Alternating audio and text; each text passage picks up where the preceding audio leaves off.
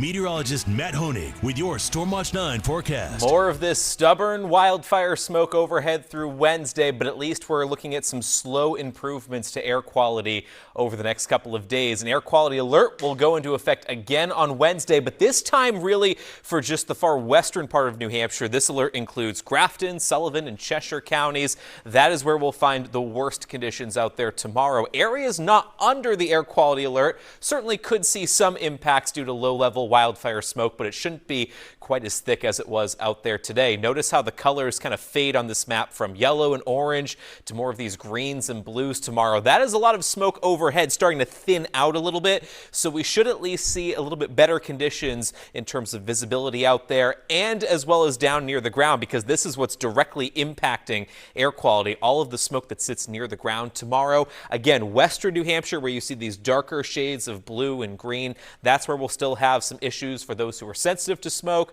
those who may have respiratory issues. But farther to the east, notice these lighter colors here through the Merrimack Valley, the Lakes region toward the coastline. Much cleaner air, not perfect, but better air trying to work into the eastern part of the state during tomorrow. And then all of us will see improvements through Thursday and Friday.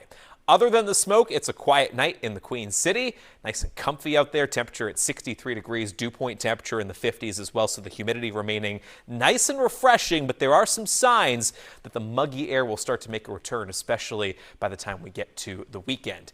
Concord at 64 tonight. Notice some towns up north falling into the 50s. Berlin at 56, 58 in Whitefield. Still some lower 60s even through higher elevations of the Monadnock region. Those of you in western New Hampshire, a couple of scattered downpours and thunderstorms earlier on today. Those have long since faded away, and it will be a dry night of weather, though some clouds thicken up late. Many spots tonight fall to either side of 60 except far north, where temperatures will dip back into the lower half of the 50s.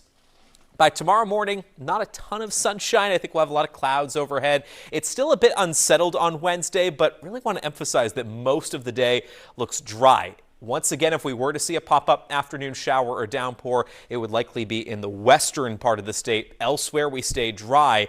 Comfortable, but a little bit below average for early August when it comes to temperatures. Many spots in the upper 70s to near 80 inland. That cool ocean breeze, though, keeping it a bit cooler right at the coastline. And any lingering showers through tomorrow evening will start to fade away after sunset. So high pressure tonight centered just south of Hudson Bay in Canada. The clockwise flow around it keeping this cool flow over New England. But eventually some of this warmer air over the Ohio Valley will make a return by late week. Notice the temperatures by Friday, Saturday, mid-80s. And there could be some spots by the tail end of the weekend much closer to 90 degrees. And it looks quite hot even through much of next week.